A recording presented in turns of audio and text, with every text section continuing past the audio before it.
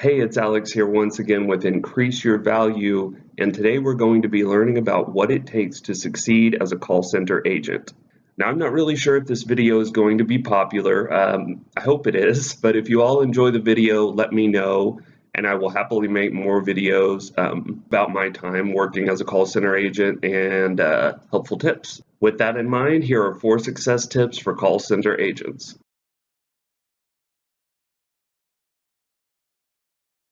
Tip number 1 is know what you're getting into. I've spent a good part of my life working in call centers, so in no way am I putting this job down. I don't think any job should be put down, honestly. If someone's out there and working for their money, I think that should be celebrated rather than put down. There's nothing wrong with earning a living. We've all got to do it. And if you know of another way, please message me and let me know how I can earn money without ever having to work. Thank you. So first and foremost, I think that there are people that can handle this job and those who can't, and there's nothing wrong with that. For a while, I was someone who could handle this job, and after a while, I couldn't anymore. There are several types of positions for call center agents. Inside sales is another role. This is a role where companies call your line, not maybe your line directly, but they'll call a company number, and a team of inside sales agents will take these calls. It's important that inside sales agents are able to work at very fast speeds. When I was an inside sales agent, we might have to do 70 to 100 calls a day. Now, outside sales agents, which is something I also did with the company, they'll place calls directly to businesses. This job can be rewarding, but be prepared for slower paced days. Most outbound sales agents work at a much slower pace than inbound sales, depending on the company. You might have a call list of 80 businesses that day, and only 5 may answer and end up placing an order. So that's something else to be prepared for. Customer service agents, which I have worked as, can deal with a, needless to say, wide variety of phone calls, and we'll get into that more in a second. So my next tip number 2, knowing how to properly take care of angry customers.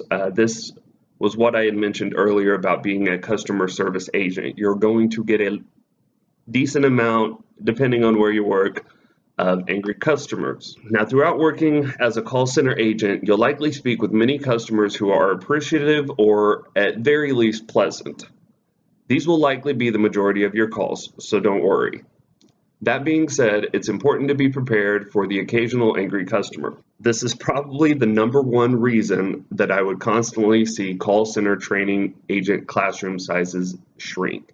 You're probably going to see this. If you get hired on into a call center role, you'll typically be placed in a class like you would with most other jobs, but watch the size of that class after you take calls for a day or 2. Sorry, thought we had a new guest in the video for a minute. This is our guest for the moment, Izzy, who just had to make her way into the video.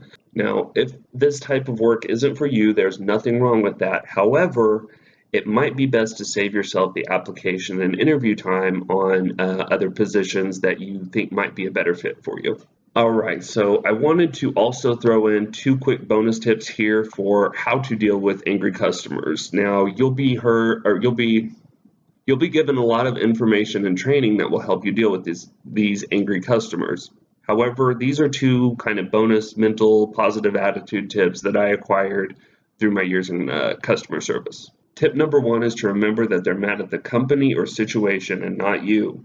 While someone might be raising their voice and potentially cursing at you, it's important to realize that they're not mad at you directly. They don't even know who you are. Unfortunately, you're probably the first line of contact that this angry customer has spoken with, hopefully not after waiting through a long automated phone message system that we all love. Simply let them get it out. Focus on their main needs and help them however you can. The faster they get what they're calling about, the faster the phone call's over. Bonus tip number 2, telephone tough guys and gals. If you've dealt with an angry customer, you've just encountered the telephone toughie. This is someone who is simply going to let more anger out over the phone than they ever would in person in front of you. Could you imagine going directly into a business and screaming into someone's face? I couldn't. However, many feel a sense of security yelling at an innocent call center agent while in the safety and privacy of their own homes. All right, so tip number 3 I wanted to mention about having success as a call center agent, and that is knowing the importance of time management and adherence. Now, not everything you do as a call center agent is about taking calls. Another important thing in nearly every call center is having good time management skills. This is also known as adherence because you'll be adhering to or following a schedule. While you'll spend a good portion of your day, quote unquote, on the phones, you'll still have time to take lunch and breaks. That being said, your entire schedule is being monitored. You're going to have a certain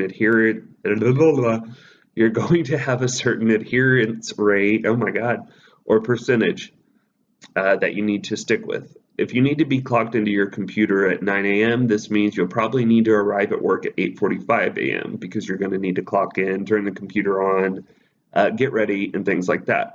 Logging into your station at 9:05 a.m. will hurt your adherence. This may seem a little bit silly, but it's a trait that call center managers are looking for. It shows that you're able to follow a schedule.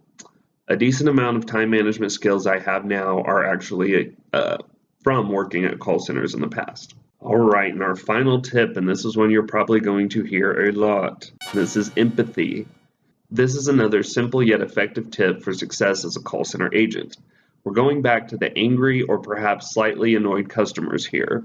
So if you want to have success in a call center, it's important to offer a great experience for each customer that calls. If you call me and I sound bored out of my mind, it's not going to make you feel like I care what you're calling about. So instead, you offer empathy to the customer. This is one of those silly little words that you'll probably grow to hate because you'll hear your manager speak about it so much. So why not be a little prepared? Empathy is showing a customer that you simply understand how they feel. You don't need to put on an Academy Award performance here, but do try and think how you would feel if you were in the situation as the customer is that's calling you. The phrase, "I fully understand, I would feel the same way if this was happening to me," quote, unquote, whatever, has gotten me out of so many potential situations with angry customers. Definitely use that quote in some way, but put your own spin on it. So there you have it, the 4 traits for success as a call center agent. This job is great for someone looking for a fast-paced work environment in most cases. Thanks for watching. Please leave a like and subscribe to this insanely tiny...